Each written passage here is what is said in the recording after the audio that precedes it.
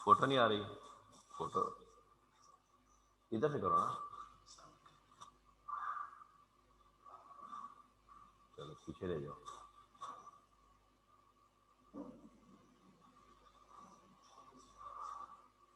चलो काफी है यार, ठीक है।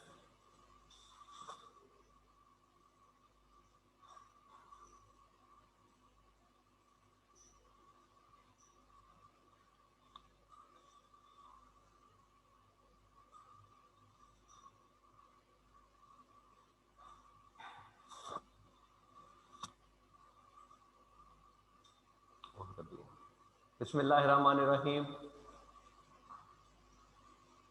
Welcome to all of you in the CAF 6। आवाज आ रही है बच्चों? पहले प्लीज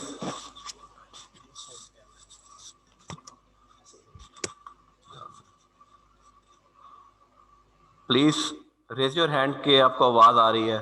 इसको अनम्यूट करो तो। हाँ जी कुरतुलैन, आवाज आ रही है? जी सर बिल्कुल क्लियर है। क्लियर है, ठीक है, थैंक यू थैंक यू।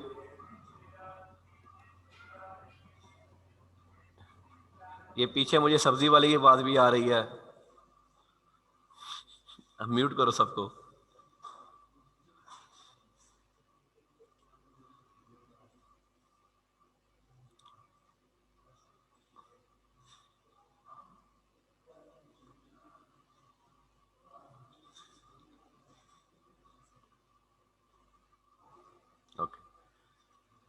नहीं जी, welcome to all of you जी। CAF 6 digital taxation, principle of taxation.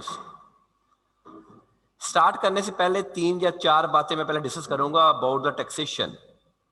First of all, it is a law, ये कानून है, हमने कानून पढ़ना है। जिस तरह आपने पीछे आपको भी लॉ पढ़ के आए, आप वहां भी आप वो कानून पढ़ के आए, तो यहां भी आपका और मेरा राब्ता जो होगा वो लॉ के जरिए होगा। पहले सब लोग ये दुआ करें कि अल्लाह करे कि today is a decision of the government is a positive, ताकि हम मंडे को ये जो है वो फिजिकल में कन्वर्ट हो सकें। छोटों की दुआएं जो है वो ज़्यादा लगती हैं। टैक्सेशन आपका सब्जेक्ट जो है वो हर फील्ड में एक, हर पहले जब एकेडमिक्स हम देखें तो आपकी ग्रेजुएशन में भी टैक्सेशन है, लाइक आपका बीकॉम है या आपका इवन बीबीए है, जो भी आपके बिजनेस के सब्जेक्ट्स हैं वहाँ भी टैक्सेशन मौजूद है। यूनिवर्सिटी में चले जाएं तो बीबीए में 6 या 7 सेमेस्टर में आपका टैक्सेशन आता है, किसी यूनिवर्सिटी 4 में आता है। इस तरह बीकॉम में एडीबी में आपका टैक्सेशन का सब्जेक्ट आता है। फिर आप पिफा में चले जाएं तो वहाँ भी आपका टैक्सेशन का सब्जेक्ट आता है। अब आप सीए में आ जाए तो यहाँ पे आपका कैफ 6 है और आपका टैक्सेशन का सब्जेक्ट है। और इसी तरह आप जब फाइनल लेवल पे चले जाएं, जब आप कैफ क्लियर कर लेंगे और आगे आप सी फैप देंगे तो वहाँ भी आपका एडवांस टैक्सेशन का सब्जेक्ट है। कानून ने चेंज तो नहीं होना, कानून तो वही रहता है, लेकिन कानून, ये वाला कानून जो है वो बहुत तेजी से चेंज होता है। कुछ कानून होते हैं जो बन जाते हैं और स्टेगनेंट रहते हैं फॉर मैनी ईयर्स। कुछ साल में एक चेंज आ गई, 2 साल में एक चेंज आ गई, 3 साल में 3 चेंजेस आ गई, maximum is that. But as far as the subject of the taxation is concern, इसमें चेंजेस जो हैं वो बहुत तेजी से आती हैं, हर साल तो आती ही आती हैं और बाज का ड्यूरिंग द ईयर भी आ जाती हैं। उसकी वजह कि गवर्नमेंट का मेजर सोर्स ऑफ रेवेन्यू ही टैक्सेशन है, either the direct taxation and either the indirect taxation. Direct taxation आपकी इनकम टैक्स है और इनडायरेक्ट टैक्सेशन आपकी सेल्स टैक्स है। सी फैप का आपका जो फाइनल का एग्जाम है वो ओपन बुक हो गया हुआ है। इसका मतलब है कि वो आपके प्रैक्टिकल अप्रोच में चला गया कि ठीक है यार, किताब खोल के जो देखना है देख लो, और मसला यह है कि मुझे अपनी कंसेप्चुअल स्टडी के साथ अपना जो है वो न्यूमेरिकल सॉल्व करके दिखाओ या अपनी कंसेप्ट दो। अल्लाह करे कल को आप क्वालिफाई करते हैं, तो क्वालिफाई करके जब आगे एक फील्ड में जाते हैं तो आगे फील्ड टैक्सेशन एक सेपरेट फील्ड है। जस्ट लाइक मी, मैंने टैक्सेशन का फील्ड चुना हुआ है।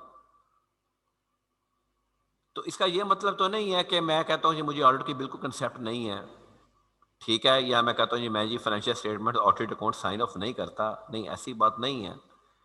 लेकिन यह कि आपका मेजर फील्ड जो है वो आपका टैक्सेशन बन जाता है। क्यों? इसमें इतनी रिसर्च है, इतनी रिसर्च है कि आपकी सोच से बाहर है। बाज़ औक़ात ऐसा भी होता है कि हम 8-10 बंदे बैठे 6 लाइनों पे डिस्कस कर रहे होते हैं और 6 लाइन्स पे शायद वो 6 बंदे आपस में जो है वो एक पेज पे नहीं होते। दोनों का डिफरेंट कंसेप्ट है। वो कहते हैं लेजिस्लेचर। लेजिस्लेचर कौन होता है? जो कानून लिखने वाला होता है, उसको क्या बोलते हैं? लेजिस्लेचर।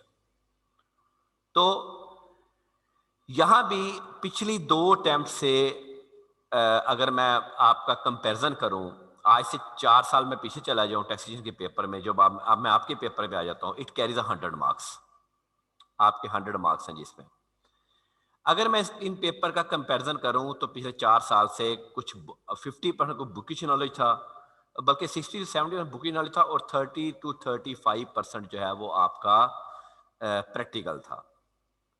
अब पिछली 2 या 3 अटेम्प्ट से एग्जामिनर आपको कंसेप्चुअल बेस पे जाता जा रहा है, यानी कि वो कहता है रट्टा एलिमिनेट करो।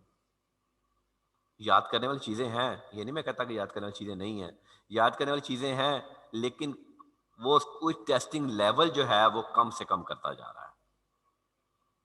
ये एक ऐसा पेपर है जिसमें आपका थ्योरेटिकल पोर्शन भी है और आपका प्रैक्टिकल पोर्शन भी है। शायद ये आपकी कैफ में वाहिद ब्लेंड होगा कि जिसमें दोनों चीजें हैं, वरना फाइनेंशियल अकाउंटिंग आपका सारा प्रैक्टिकल है, थ्योरेटिकल नहीं है। FA2 मेजर आपका प्रैक्टिकल है, सवाल आते हैं, न्यूमेरिकल आते हैं।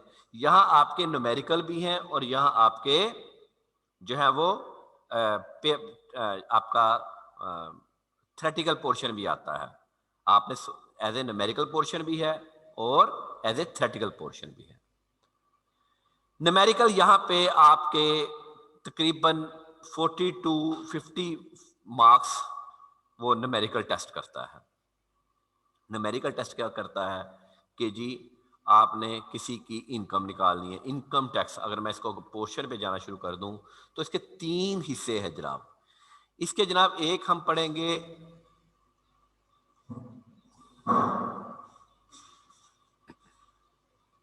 जस्ट ए मिनट पर भूला हुआ है।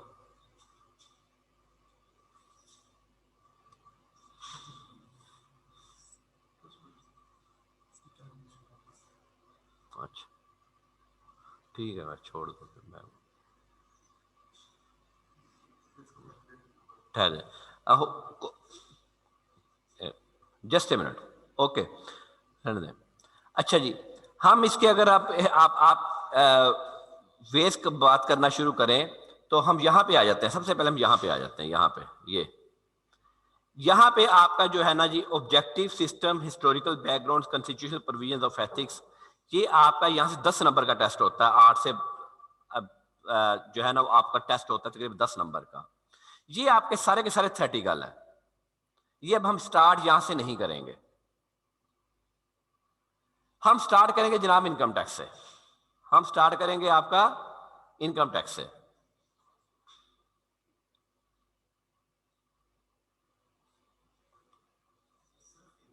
हाँ, 8 सेकंड होल्ड कीजिएगा प्लीज।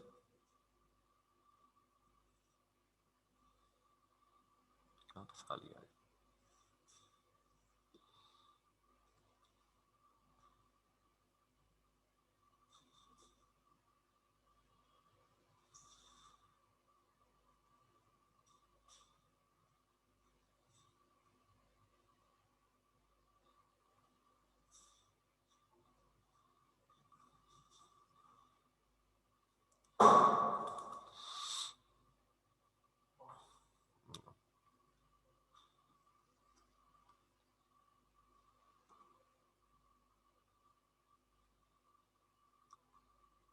अच्छा जी,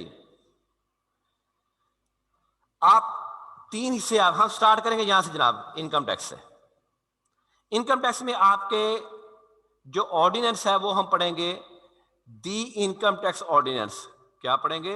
दी इनकम टैक्स ऑर्डिनेंस।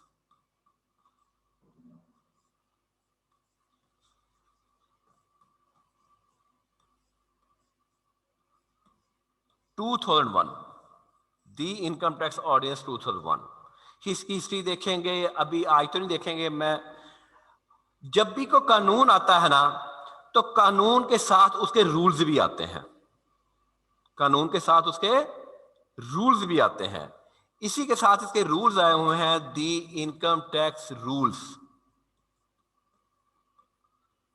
2002। अच्छा, 2001 का इतना पता था चलो कि ये कानून 2001 में आया। क्या इससे पहले कानून मौजूद नहीं था? मौजूद था। क्या उससे पीछे कानून मौजूद था? कानून income tax from the day one मौजूद था। ऑर्डिनेंस और रूल्स में फर्क क्या होता है? अब यहां पे हमने ये बात करनी है कि ऑर्डिनेंस और रूल्स में फर्क क्या होता है। ऑर्डिनेंस एक लेजिस्लेटिव लॉ है, ए लेजिस्लेटिव लॉ।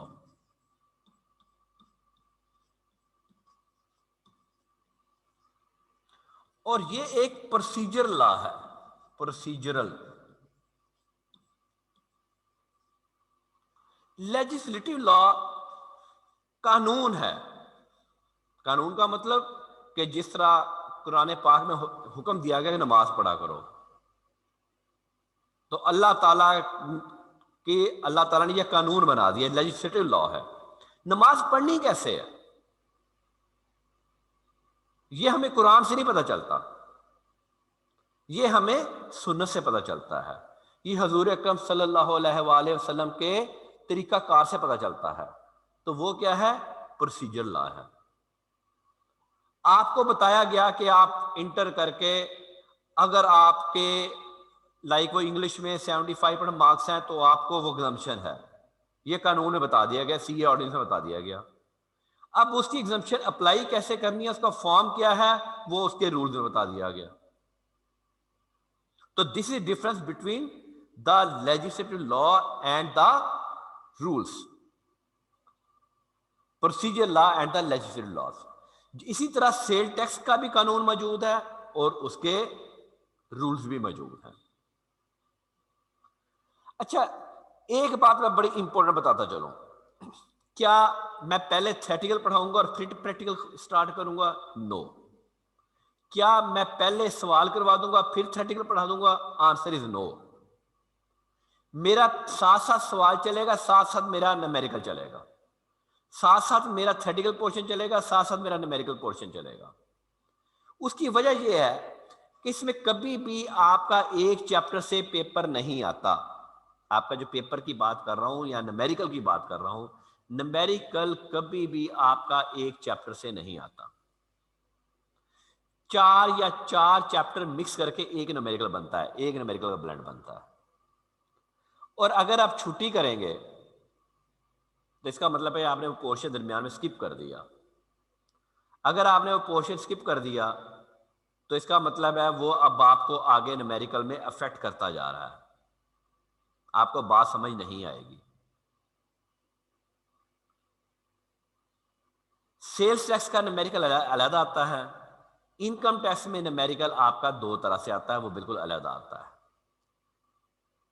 बाद का तो वो इनकम टैक्स में आपको, सेल टैक्स में न्यूमेरिकल आपका एक ही देता है। वो इनकम टैक्स में वो आपको कभी 2 न्यूमेरिकल दे देता है, कभी 3 दे देता है।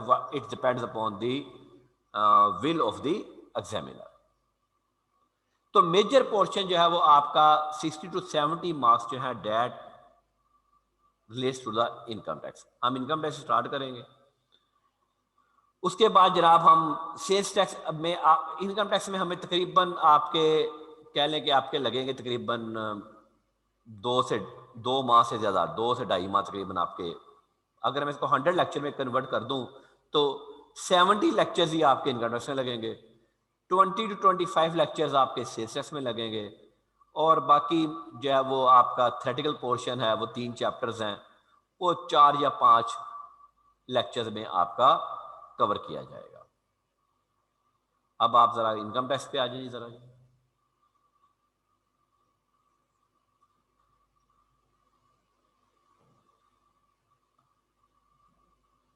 आगे ये जी।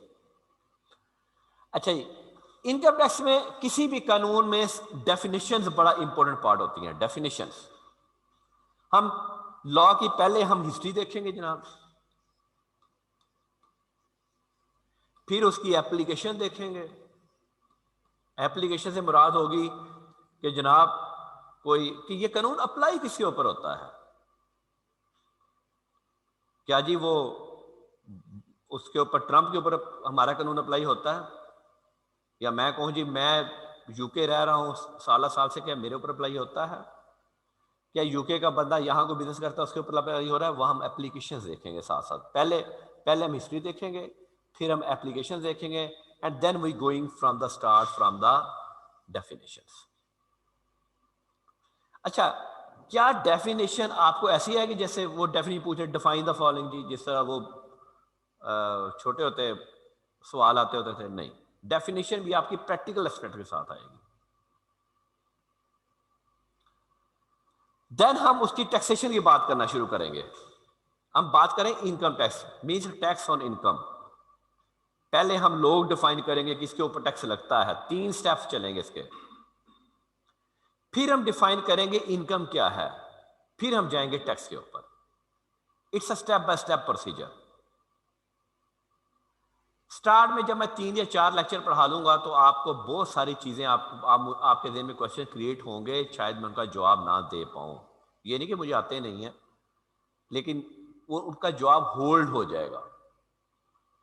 लेकिन कुछ बातें जो वहां से रिलेट करते होंगे उनके आंसर मैं आपको साथ साथ देता जाऊंगा। फिर हम बात करेंगे, पहले हम टैक्स की बात करेंगे, फिर हम टैक्सेबल इनकम की बात करेंगे, फिर हम टैक्स की बात करेंगे, एट द एंड हम टैक्स की बात करेंगे कि टैक्स कैसे कैलकुलेट होता है।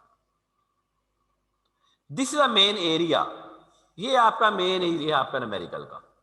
This is the main area of the numerical. Income हर बंदा अर्न करता है कि यूं भाई सैलरी से इनकम कमा रहे हैं, सैलरी ले रहे हैं, यहां से मिस शाजिया सैलरी ले रही हैं, अली रजा सब सैलरी ले रहे हैं। ये एक सोर्स ऑफ इनकम है। इसके ऊपर टैक्स किस तरह है? हम जहां पे बैठे हैं, जिस कॉलेज में बैठे हैं, ये रेंटल है।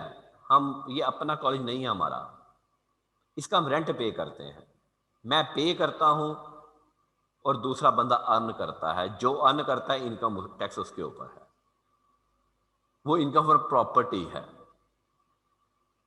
मैं यहां पे कॉलेज में पढ़ा रहा हूं, ये मेरी इनकम फ्रॉम बिजनेस है। इंटरलूप इनकम फ्रॉम बिजनेस है। Ibrahim fibres income from business है। स्टारा इंडस्ट्रीज इनकम फ्रॉम बिजनेस है। एमसीबी इनकम फ्रॉम बिजनेस है। उसके बाद आता है आपका कैपिटल गेन। कैपिटल गेन आप ये समझ लें अभी फॉर टाइमिंग शेयर्स का कारोबार। ये जो शेयर्स की सेल परचेज है, उसकी जो सेल परचेज है, वो उसका जो बिजनेस है, डेट इज एक कैपिटल गेन। देन वो कहता है ये अदर सोर्सेज। उसके बाद आपका जी इनकम फ्रॉम अदर सोर्सेज आ जाता है। जिस तरह हम छोटे होते कहते थे जनाब कि आपको कोई टीचर कहती थी जनाब फ्रूट्स के नाम लिखें, तो आप 6-7 फ्रूट्स के नाम लिखे तो आपके कल आगे आप कह देते थे वो वगैरह वगैरह उर्दू में लिखते थे, अदरवाइज आप लिखते थे वो ईटीसी, ये ईटीसी लिखते एक्सेट्रा। तो इनकम फ्रॉम अदर सोर्सेज का मतलब ये है कि अगर आपकी इनकम पहले 4 हेड में फॉल नहीं करती तो आप इनकम फ्रॉम अदर सोर्स है। कोई बंदा ये नहीं कह सकता कि मेरी इनकम टैक्सेबल नहीं है। कानून तो यहां तक एग्जांपल देता है, कहता जी मजार के ऊपर जो मलंग बैठा है उसके भी इनकम है। जो बैरा जो वेटर है उसको जो टिप मिलती है वो भी उसकी भी इनकम है। अभी हम टैक्स की तो बात ही नहीं करते, ये तो हम मेजर ये हमारे 5 बेसिकली मेजर चैप्टर्स हैं। मेजर चैप्टर्स ये हमारे 5 हैं। इनकम सैलरी है, प्रॉपर्टी है, बिजनेस है, कैपिटल गेन है, अदर सोर्सेज है। 5 चैप्टर्स हैं जी, मैं यहां लिख देता हूं। Salary, property, rental income, business, capital gain and other sources. अब यहां पे अगर मैं एग्जामिनर की बात करूं तो एग्जामिनर क्या करता है, इन 4 चैप्टर्स को मिला के एक न्यूमेरिकल कर देता है।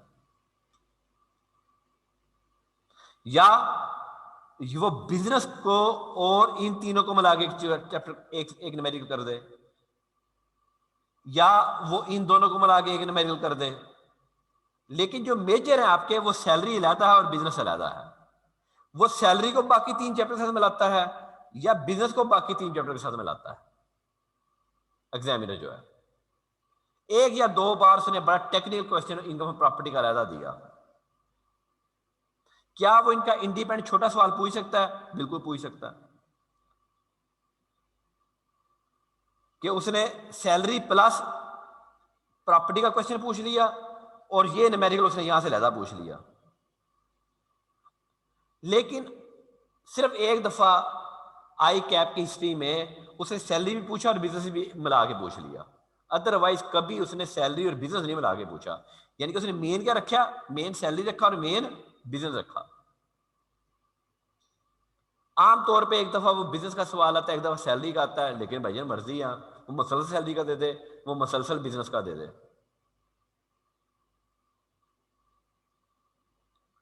तो ये आपके मेन चैप्टर्स हैं, इन्हीं के ऊपर फोकस है, इनके ऊपर स्पेशल फोकस रहेगा डेफिनेशन के बाद। पहले हम इस चैप्टर सैलरी का करेंगे, फिर प्रॉपर्टी टैक्स कैसे होती है, फिर बिजनेस टैक्स कैसे होता है, कैपिटल गेन कैसे टैक्स होता है, फिर हम पूरा मिला के मेडिकल करते रहेंगे। तो इसलिए आपकी छुट्टी हराम है। आज बच्चे बात हर 22 साल हो गए टैक्सेशन पढ़ाते हुए, और 22 साल ही हो गए टैक्सेशन का फील्ड में प्रैक्टिकली काम करते हुए। 99 में मैंने टैक्स की फील्ड में प्रैक्टिकली काम स्टार्ट किया था। तो बात यह है कि जब मैं तकरीबन 60 या 70 लेक्चर पढ़ा लेता हूँ तो वहां बच्चों से पूछता हूँ, हाँ जी छुट्टी प्रॉब्लम करती है? उस वक्त कहते हैं हाँ जी प्रॉब्लम करती है। लेकिन आज आपको इंटीमेट कर रहा हूं कि प्लीज छुट्टी मत कीजिएगा। टैक्स में स्टार्ट में तो बिल्कुल ही आपका, स्टार्ट में मैंने आपकी बेस बनानी है। स्टार्ट में बड़ा आहिस्ता आहिस्ता चलूंगा, स्लोली हम चलेंगे ताकि आपकी कंसेप्ट बिल्डअप होते जाए। लेकिन फिर अल्टीमेटली चूंकि हमारे ऊपर टारगेट होता है कि हमने वो खत्म भी करना होता है। आगे रमजान भी आ रहा है, ठीक है। रमजान में अल्टीमेट आपको पता है कि कैपेसिटी ज़ाहिर है, खैर आपने तो बैठ के सुनना ही होता है, कैपेसिटी तो हमारी कम होती है। फिर ईद की छुट्टियां आ जानी है, फिर वो बड़ी ईद की छुट्टियां भी आ जानी है, इसी सेशन में आनी है क्योंकि सितंबर अटेम्प्ट है आपकी।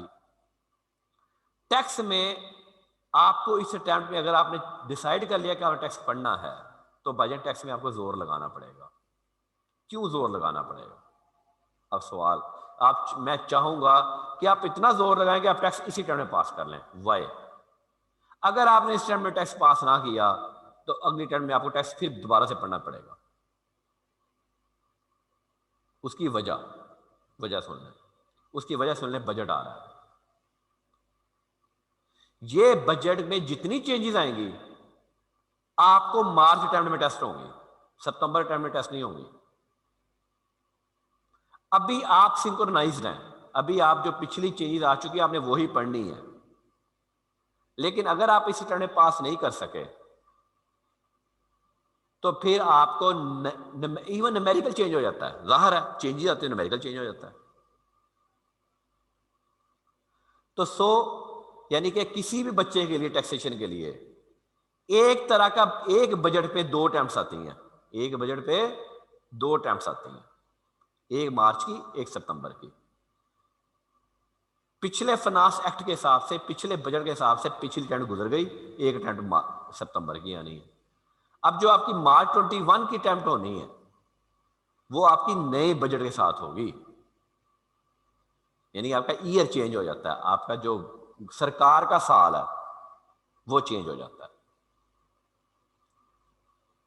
तो आपको इसको प्रॉपरली इसको डिसाइड करना और प्रॉपरली इसके साथ इन कॉन्टेक्ट रहना। आगे चलें जी।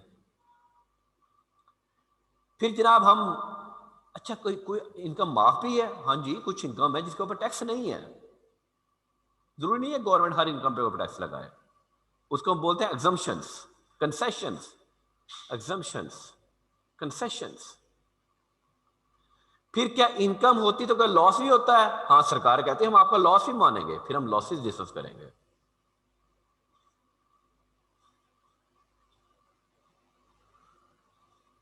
फिर आप एम लॉ में पढ़ के आए पार्टनरशिप। पार्टनरशिप में टैक्सेशन कैसे होती है, फिर हम वो भी साथ पढ़ेंगे। ज्वाइंट वेंचर्स, पार्टनरशिप, फिर हम वो साथ पढ़ेंगे। देन हमने जो आपकी फिर अब अभी ये कंसेप्ट में आप डिस्कस, फिर एसेट्स हैं आपके आते हैं, जाहिर है जी डेप्रिसिएबल एसेट्स आप पढ़ के आए, पढ़े नहीं अकाउंटिंग में? पढ़ लिए जी, हाँ जी।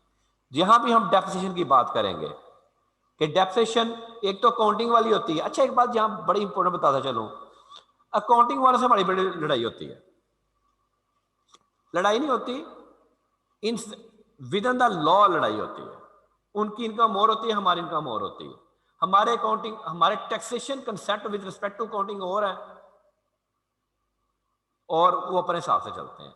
अगर मेरे साथ किसी बच्चे के अकाउंटिंग कंसेप्ट स्ट्रॉन्ग नहीं है तो वो फिर टैक्स अभी ड्रॉप कर दे।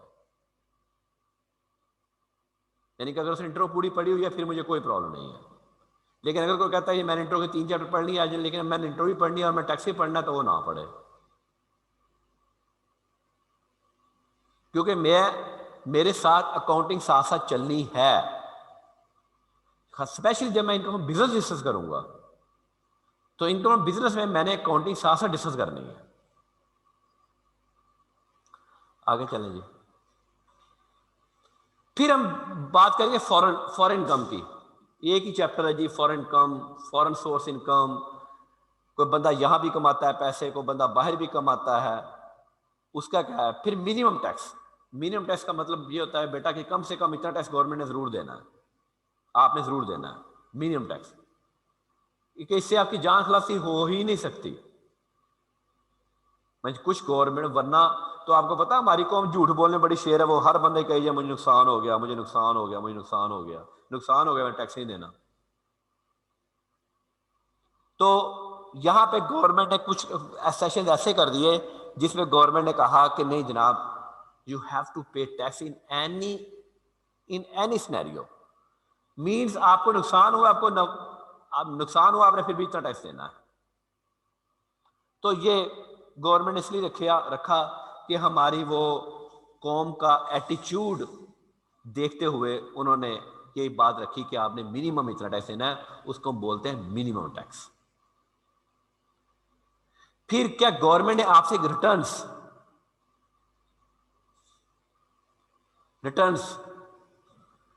क्या गवर्नमेंट ने आपसे खुद आए कहना कि रिटर्न दे दें? आप बताएं जी, या गवर्नमेंट हर बार हर अकेले अकेले बंदे से पूछे? नहीं, you have the responsibility to file the return. इसको बोलते हैं इनकम टैक्स रिटर्न। आपने फाइल करनी है, आपने खुद बताना है सरकार को कि मेरी इतनी इनकम है और मेरा इतना टैक्स बनता है। और आपने खुद टैक्स जमा भी करवाना है। जिस तरह आप पेपर देते हो, ठीक है, वो आप डिक्लेयर करते हो कि मुझे क्या क्या आता है, फिर आई कैब नंबर लगाता है, उसको बोलते हैं असेसमेंट। इसी तरह फिर आपकी रिटर्न चेक होती है कि आप सच बोल रहे हो कि आप झूठ बोल रहे हो।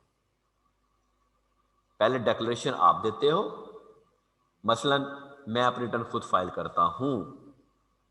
द टिप्स एक पार्टनरशिप है, वो अपनी रिटर्न अलहदा फाइल करती है, मेरी रिटर्न अलहदा देती है, जुनेद साहब रिटर्न अलहदा टैक्स देते हैं, जिशान साहब अलहदा टैक्स देते हैं, पार्कर हमारी जो रेंडल है, जो पार्कर रसल जिसका नाम कन्वर्ट हो गया, वो अलहदा टैक्स देती है। यहाँ से अलीरजा साहब सैलरी कमा रहे हैं, वो अपनी रिटर्न अलहदा देते हैं, मिस शाजी अपनी रिटर्न अलहदा देती हैं, हमारे जो हाजी साहब हैं वो अपनी रिटर्न अलहदा देते हैं जो रेंटल इनकम कमा रहे हैं।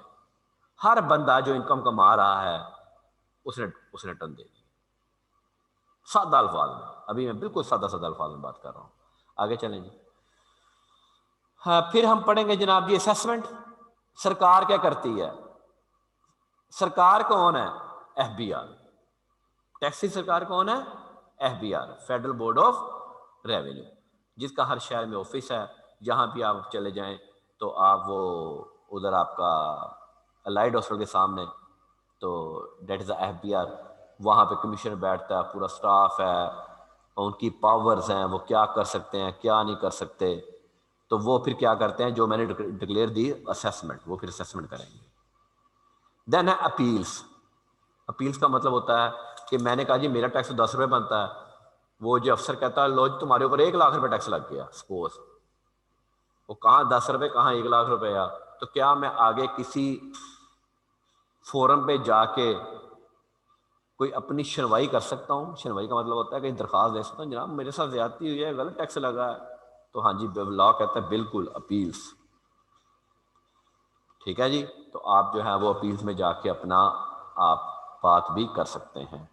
फिर वो कहता है कि आपने रिकॉर्ड कौन कौन सा मेंटेन करना है। सरकार आए जी रिकॉर्ड दो जी, वो कोई रिकॉर्ड ही नहीं है जी। क्यों जी? वो तो मैं जी दूसरे दिन जला देता हूँ। It's a not a logic. ठीक है, वो फिर हमें बताते हैं। फिर हम कुछ स्केड्यूल्स पढ़ेंगे। आगे चलें। Then we are going to discuss a sales tax. पहले हम इनकम टैक्स खत्म कर लेंगे। सेल्स टैक्स में फिर बेटा डेफिनेशन आएगी, this is indirect tax. Sales tax, tax on sales. Income tax is direct tax और sales tax is an indirect tax. ये सबसे पहले डेफिनेशन पढ़ेंगे। आगे चलें जी। इस चैप्टर में हमारा जनाब यहाँ हमारा न्यूमेरिकल आएगा।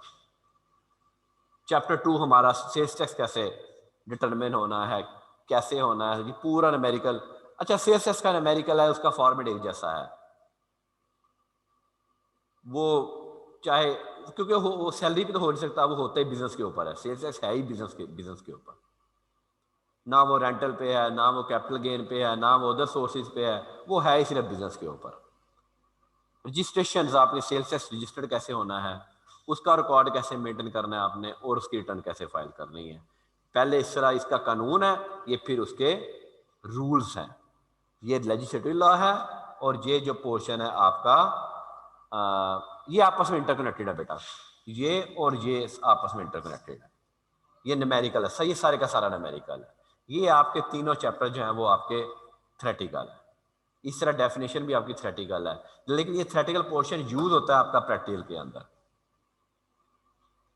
तो सेल्स टैक्स में आपके तकरीबन मेरा ख्याल है कि 22-25 लेक्चर्स में मैं इंशाल्लाह सेल्स टैक्स खत्म कर देता हूँ।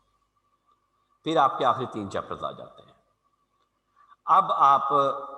अब हम बात करेंगे जी टेस्ट सिस्टम की। हम टेस्ट कैसे लेके चलेंगे जी, प्लेन पेज पे। यहां तक किसी का कोई सवाल तो बोले जी। Any person have any question? Any person have any question? आपका सवाल? Any person raise hand. Riyan Shaikh जी, अनम्यूट करो जी बेटा। सर हमारे कोर्स की ड्यूरेशन क्या होगी? ड्यूरेशन क्या होगी? 31 जुलाई मेरा इंशाल्लाह। मतलब कब तक कोर्स हमारा एंड होगा एग्जाम? अभी तो यस सर। चले नहीं है यार। 31 जुलाई, थैंक यू सर। 5 अगस्त। मेरी कोशिश होती है मैं आपको 25 दिन पहले फ्री कर दूं। ठीक है जी, थैंक यू सर। अच्छा जी। अब आप जी हम आपका टेस्ट सिस्टम कैसे चलेगा? सबसे पहले जब मैं एक हमारा जो है वो इनकम टैक्स की मैं बात कर लूँ, मेजर मेरी इनकम टैक्स, उसके जो डेफिनेशंस प्लस सैलरी, ये मेरा टेस्ट 1 होगा। यानी कि जो सैलरी का पहला चैप्टर होगा वो मेरा टेस्ट 1 होगा। उसके बाद मेरा जो प्रॉपर्टी है, कैपिटल गेन है और अदर सोर्सेस, ये मेरी कोशिश होती है कि मैं रिजल्ट तक आपको यहां ये खत्म कर दूं। जब तक आपका रिजल्ट आता है, ये मेरा टेस्ट 2 होगा 3 चैप्टर्स का। उसके बाद बिजनेस। अच्छा, ये बड़ा मेजर टेस्ट होता है। अच्छा, मेरी मजबूरी ये है कि मैं एक ही चैप्टर का टेस्ट नहीं ले सकता। अगर आप कहें सर वो एक चैप्टर टेस्ट ले लें, हम जो छोटे बच्चे हैं, हम ये फीडर पीते हैं अभी हम, तो वो जी आज अरब बे का टेस्ट ले लें, फिर बे का कल ले लें, ते सीन का कल ले लें, नहीं ऐसा नहीं होगा। ये चैप्टर आपस में सिंक्रोनाइज्ड है और इंटरकनेक्टेड है। That's the reason I have to be tested उसके साथ मुझे मिलके टेस्ट करने पड़ते हैं।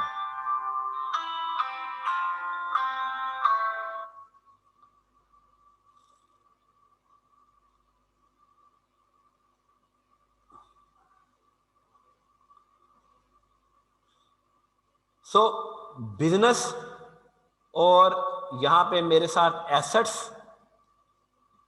ये मेरा बड़ा मेजर टेस्ट होता है, डेप्रिसिएशन एंड लॉसेस। ये टेस्ट आपका सबसे बड़ा है जी, ये वाला। ये टेस्ट 3 होगा। उसके बाद फिर वो रिटर्न्स और असेसमेंट,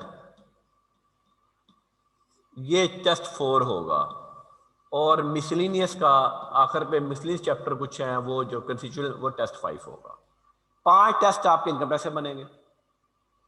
और सेल टेस्ट का टेस्ट मैंने पूरा इकट्ठा ही लेना होता है, वो मैं 2 टेस्ट नहीं, वो 5 चैप्टर हम जिस दिन ख़त्म करते हैं वो उस दिन 4 या 5 दिन का गैप देता हूँ, न्यूमेरिकल करवाता हूँ। और सबसे मेजर टेस्ट आपका, सबसे बड़े टेस्ट जो आपके होंगे, जो यहाँ पे आपको शायद थोड़ा बर्डन फील हो, बर्डन तो नहीं फील होना चाहिए, जब आप ये सीए कर रहे हैं फिर बर्डन का क्या काम है, ठीक है। तो वो आपने आपका सेल्स टैक्स है और आपका ये वाला, ये हम कोशिश करते होते हैं हम संडे को रखें, ताकि स्कूल से आके आप 3 घंटे का टेस्ट दें, मैक्सिमम आपकी टेस्टिंग हो। दिस था जी आपका test. Any other question from yourself जी? Any other question? So we have to move forward or we have to conclude it until tomorrow. Any question from your side?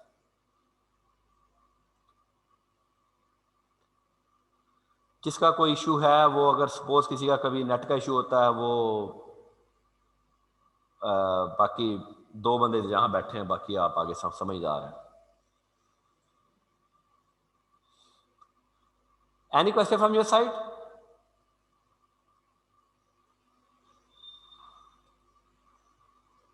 So up till tomorrow, only the registered persons are able to attend the class tomorrow. Only registered persons are able to attend the class tomorrow. So thank you very much for today. Tomorrow we're going to the introduction of law. हम बड़ी detailed बातें हम discuss शुरू कर देंगे। छुट्टी मत कीजिएगा, मुंह धो के उठ के बैठ जाया करें जी, और दुआ करें। आज जो है वो सिलसिलाकार आज मीटिंग है जी। शफकत महमूद के लगता अपने बच्चे पढ़ गए हैं और बाकी बच्चों को वो नहीं पढ़ाना चाहता। रेहान शेख जी रेहान सर आपके नोट्स कब तक अवेलेबल हो जाएंगे? नोट्स साथ साथ चलेंगे। फोटो नहीं, मैं कब फोटो कॉपी की शॉप पे कब तक अवेलेबल होंगे आपके नोट्स? वो 2-3 घंटे बाद चैप्टर वाइज देता जाऊंगा ना, चैप्टर वाइज देता जाऊंगा ना। Okay sir, thank you. ठीक है, ओके, अल्लाह हाफिज। अल्लाह हाफिज, अल्लाह हाफिज जी। स्टे ब्लेस्ड जी, all of you. Thank you very much from today जी। अल्लाह हाफिज, ब्लेस यू ऑल।